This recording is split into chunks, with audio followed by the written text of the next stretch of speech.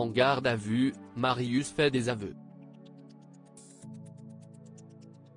Plus rien ne justifie que Robin reste chez lui, alors l'adolescent retourne au lycée.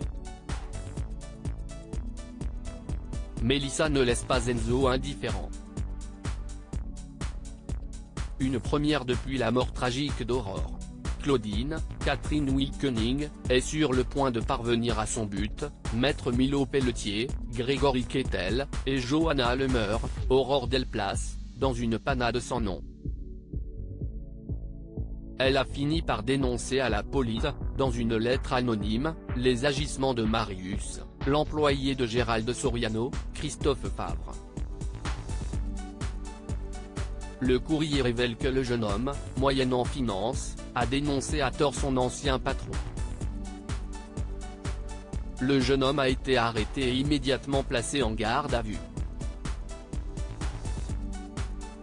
Robin, Lucas Ivoula, a mal vécu la décision de Thaïs, Lila Guéraud, de mettre fin à leur histoire et s'est mal comporté avec l'adolescente qui souffre toujours de la mort de Damien Marest, le professeur de philosophie avec lequel elle a eu une aventure passionnée.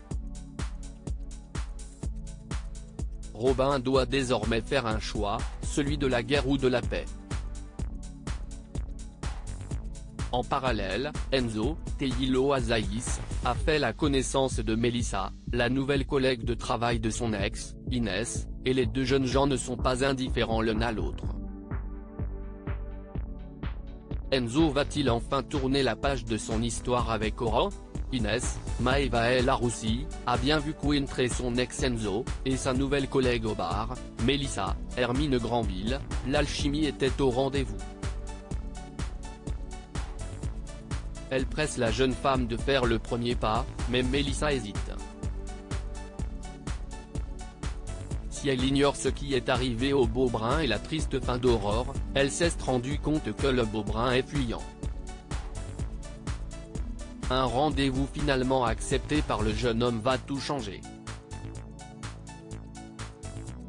Les jeunes gens vont passer leur première nuit ensemble. Robin est de retour au lycée. Malgré sa douleur et son chagrin, le jeune homme a finalement décidé de faire la paix avec Thaïs, qui en est très soulagée. Au commissariat face au capitaine Cross, Constantin Balzan, Marius passe à table et dévoile les raisons de son geste. Lorsqu'on lui demande qui l'a incité à mentir, il donne le nom de Johanna Lemeur. Le plan machiavélique de Claudine se déroule sans accroc. Pour la jeune avocate, les conséquences pourraient être dramatiques.